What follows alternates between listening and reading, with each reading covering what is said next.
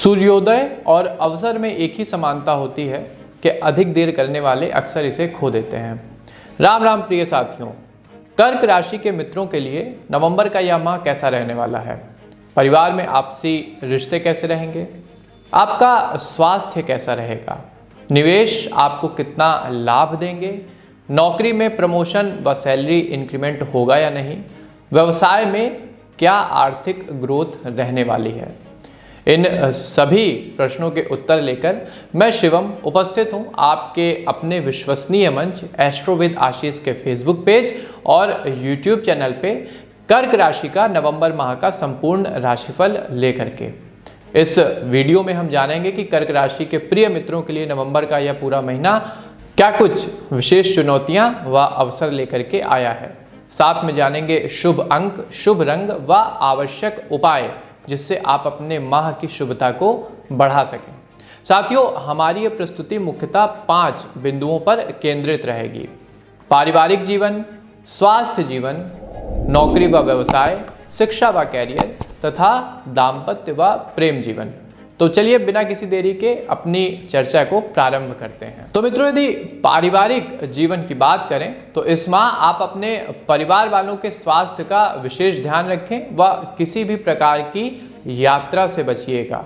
माह की शुरुआत तो अच्छी रहेगी, लेकिन जैसे जैसे महीना आगे बढ़ेगा आपके माता पिता में से किसी एक का स्वास्थ्य थोड़ा 19-20 हो सकता है, बिगड़ सकता है। यदि वे पहले से ही किसी गंभीर बीमारी से जूझ रहे हैं तो डॉक्टर के संपर्क में प्रॉपर रहिएगा और एक बार उनकी कुंडली का विस्तृत विश्लेषण अवश्य कराएं। माह के अंत में परिवार में धार्मिक आयोजन होने की भी संभावना है। मांगलिक कार्यों के प्रबल योग बन रहे हैं जिससे परिवार के माहौल में आध्यात्मिकता का विकास होगा व सकारात्मकता बढ़ेगी। यदि व्यापार व नौकरी के संदर्भ में बात करें तो आपको अपने व्यापार को विस्तार देने के कई अवसर इस माह मिलने वाले हैं, जिसके लिए आपके खर्चे भी थोड़े बढ़ सकते हैं। देखिए, ये खर्चे असल में इन्वेस्टमेंट हैं। जो चीज़ आज आप अपने बिजनेस में इन्वेस्ट करेंगे, भविष्य में वही आपको रिटर्न में आर्थिक लाभ के रूप में प्राप्त होगी। त्योहारों के कारण आपकी बिक्री भी बढ़ेगी तथा कई नए समझौते भी होंगे। ऐसे में शत्रु आपका नुकसान करने का भी प्रयास कर सकते हैं, अतः अपनी नज़रों को चौकन्ना रखिएगा। किसी भी बैर भाव से बचिएगा और ज़्यादा से ज़्यादा कोशिश करिए कि आपकी कोई अनावश्यक की शत्रुता मार्केट में न बने। राजनीति से जुड़े लोगों को अपने लिए कुछ ऐसे अवसर प्राप्त होंगे जो दिखने में तो लुभावने हो सकते हैं, लेकिन भविष्य में उनकी कोई अच्छी नियति आपके लिए नहीं रहेगी। यदि आप निजी क्षेत्र में काम करते हैं, नौकरी पेशा हैं, तो इस माह प्रमोशन की संभावना है। मन उत्साहित रहेगा। सरकारी सेवा में कार्य कर रहे जातकों के लिए स्थानांतरण के अच्छे योग बन रहे हैं। आप जहां चाह रहे थे आपके मनोनुकूल स्थानांतरण आपको मिल सकता है। यदि शिक्षा व कैरियर के संबंध में दृष्टि डालें तो छात्रों का मन इस माह अपनी पढ़ाई में थोड़ा सा कम लगेगा और घर के कामों में आप ज़्यादा व्यस्त रहेंगे। रचनात्मकता को आपकी बढ़ावा मिलेगा। आप कुछ ऐसे क्रिएटिव कार्य कर सकते हैं जिससे आपकी बौद्धिक क्षमता न सिर्फ बढ़ेगी बल्कि एज अ करियर भी आप उसको आगे बढ़ाएंगे।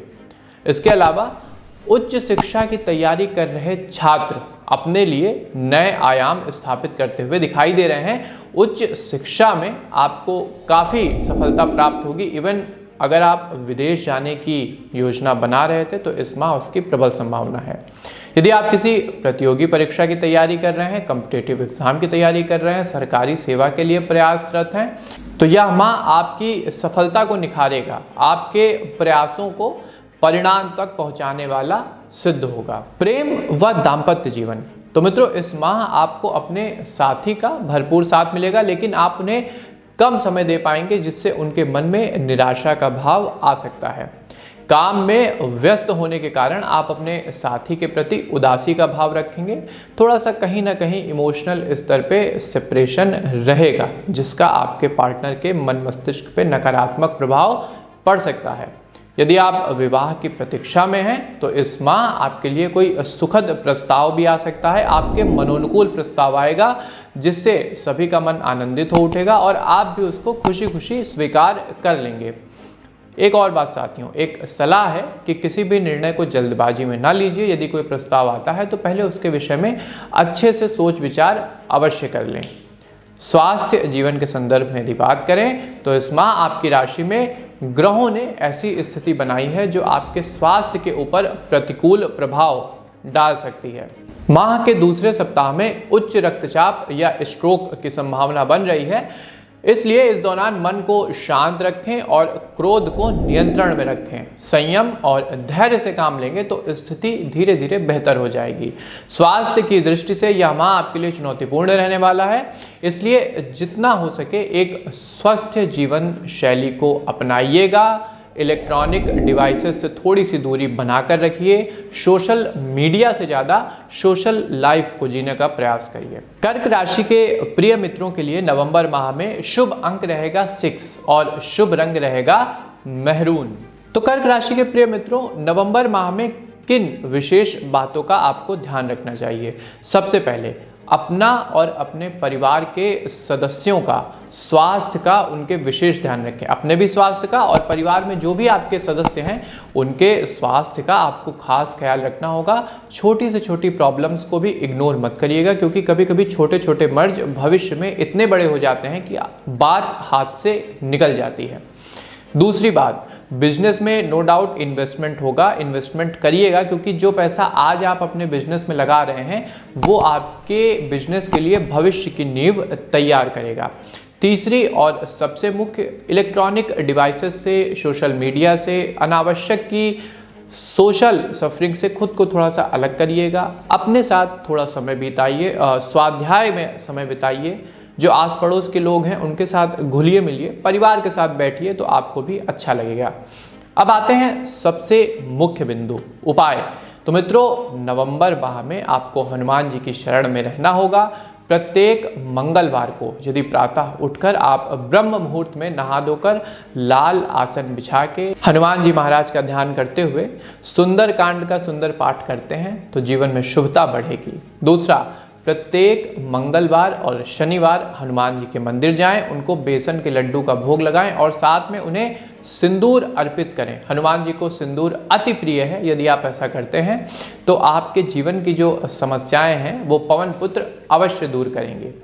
तीसरा, हनुमान अष्टक का पाठ यदि शनिवार को आप संध्या वंदन के समय करते हैं तो न सिर्फ आपको हनुमान जी की कृपा प्राप्त होगी, बल्कि जो भी आपकी ज्ञात अज्ञात चिंताएं व भय हैं उनका विनाश हनुमान जी की कृपा से हो जाएगा।